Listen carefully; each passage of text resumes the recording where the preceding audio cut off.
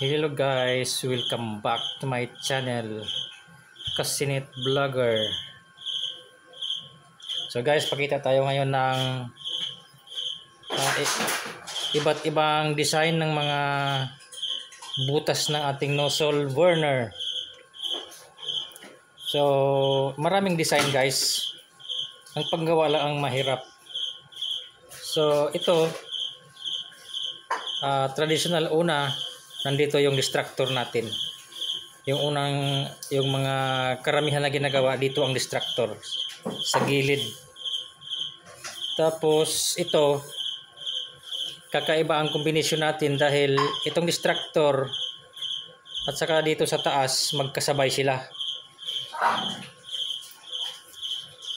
Ito lang na iba lang talaga ito. Mayroon talaga ito siyang control.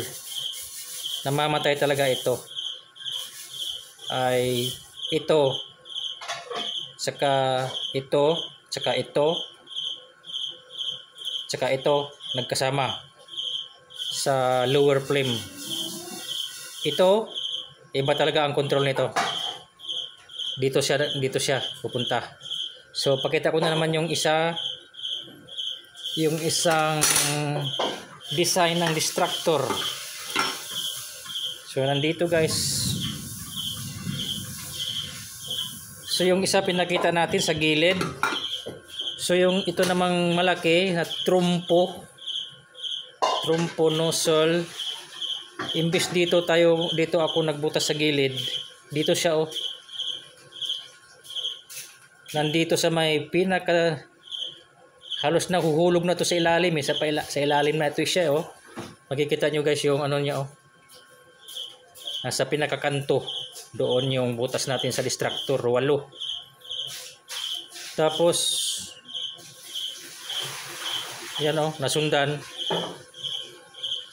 2mm 8. Tapos sundan, nagkatabi lang ng halos yan guys, nagkatabi lang oh. Oh, yun na yung pinakalas, wala na siyang dagdag dito.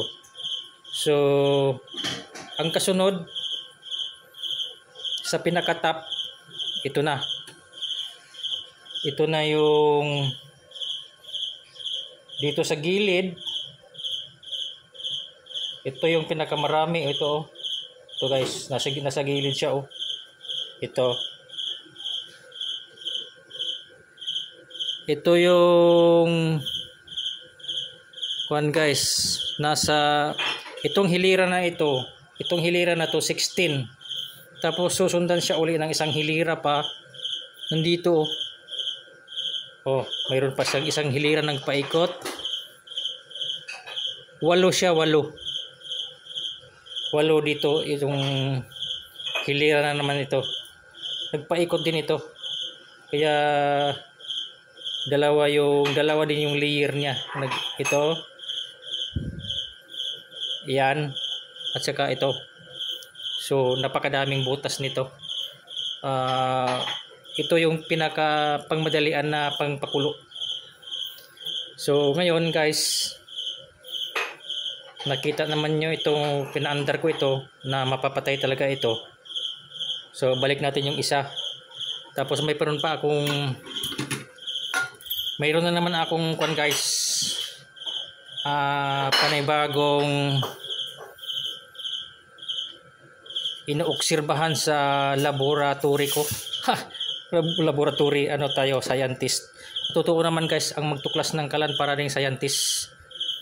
Kasi hindi biro na tutuklasin mo itong ganito na magkombinasyon ka kung paano. So ito guys, sasabihin ko naman yung traditional natin. Nandito yung air pipeline sa baba. Karamihan dito tayo nagbubutas, naglagay tayo ng coupling o straight elbow o nipple. So susubukan ko na rin guys. Wala na siyang air pipeline dito, wala na. At saka wala na ring butas. Itong butas na to oh. Yung butas sa ilalim, nasa salpakan natin ng branch coupling bag ilalagay mo o nipple ba? Wala na yan, silyado na yan. sarado na yan, wala siyang butas. So ibahin ko na naman yung linya ng air pipeline. So wala din na tayo kailangan na magbutas dito, hindi rin kailangan dito ibubutas. So abangan na lang nyo guys kung saan ko ilagay yung nozzle burner natin na wala nang, hindi na tayo magbubutas dito. Wala na tayong ilalagay na coupling, wala na. Wala nang nipple, wala na. Yun. So isip-isip ko naman kung kayang gawin o maganda ba yung kalalabasan ng apoy o ano ba, magiging dilaw ba siya o hindi ba effective yung pagkagawa natin na wala na siyang butas doon. Pag naglinis tayo, saglit lang kayo, wala ka nang iiwasan na thread. Pag kinayod mo, yung hakutin mo yung pinaka-abo, wala na kang iiwasan sa gitna kasi wala na ngang butas dyan, para na lang siyang tabo. Pero mayroon din siyang igniter. Yung igniter, mayroon din siyang igniter, tapos mayroon din siyang automatic shut off. Lagyan pa rin natin yon kasi yun pa rin yung maganda. So sa atin, subok na rin natin yung automatic.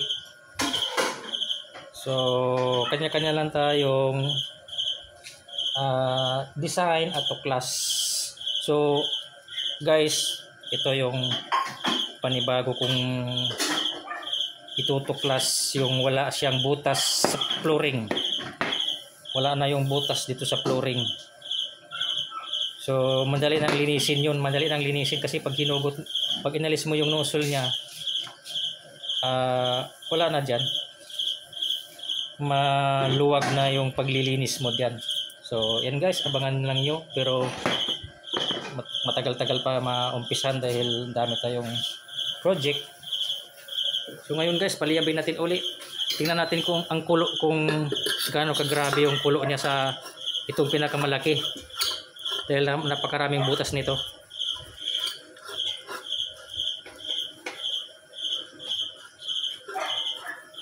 So yan na naman ngayon ang fire test natin. Hindi pa yan tapos guys kasi lagi tayong full pack ng project.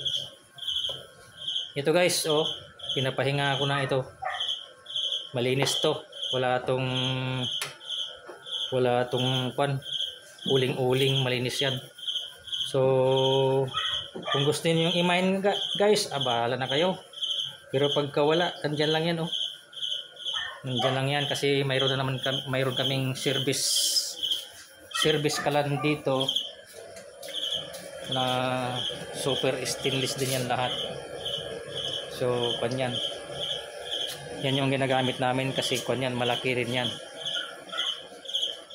So yan guys, sindihan natin yung malaki. Ayan na guys, sinindihan na natin yung Goliath nozzle burner. So pinatay natin yung pinaka-top, yung pinaka-upper flame. So kung ganyan yung kalagayan niya, tingnan natin yung apoy, stay kulo. Pagka lower flame lang gumagana, ganyan yung kulo niya, no? Ganyan lang siya, oh. May butas sa gitna. So ngayon, paganahin natin yung pinaka-lower, stay upper. Buksan natin yung isang control pa. Ayan, buksan natin. So sumisirit na yung pinaka-top holes. Ayan na guys, nangangalit na yung apoy niya, oh, nangangalit na, namumuti. So tingnan natin yung kulo. Ay grabe guys, parang tumatalon. Ayan, oh.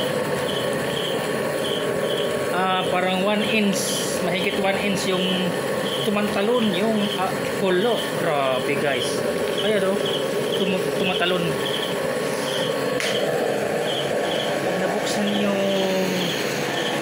pinaka upper flame, ganyan yung kalagayan guys, na puno ng apoy. Grabe na to. So pinatay natin yung top holes. Patay natin.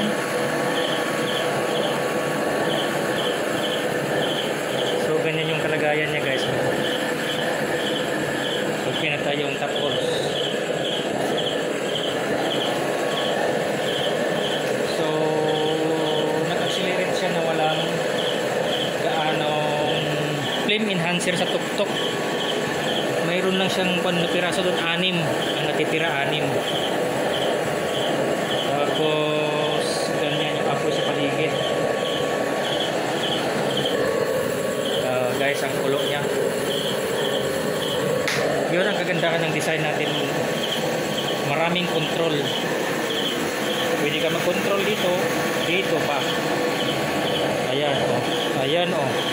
Kontrolin natin yung upper flame. Ganyan na guys.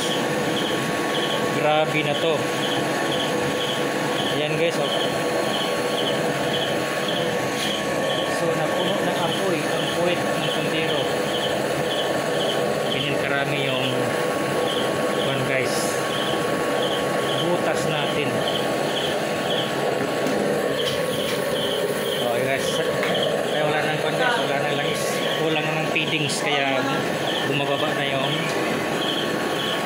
apoy. So hanggang dito na lang guys. Please subscribe. Supportahan yung mga vlog ko mga kasinit. Mga videos ko. Magagawa pa tayo ng maraming tuklas, maraming discover sa mga imposible pang design. So guys, please subscribe my YouTube channel and like. So maraming salamat mga kasinit. God bless sa ating lahat.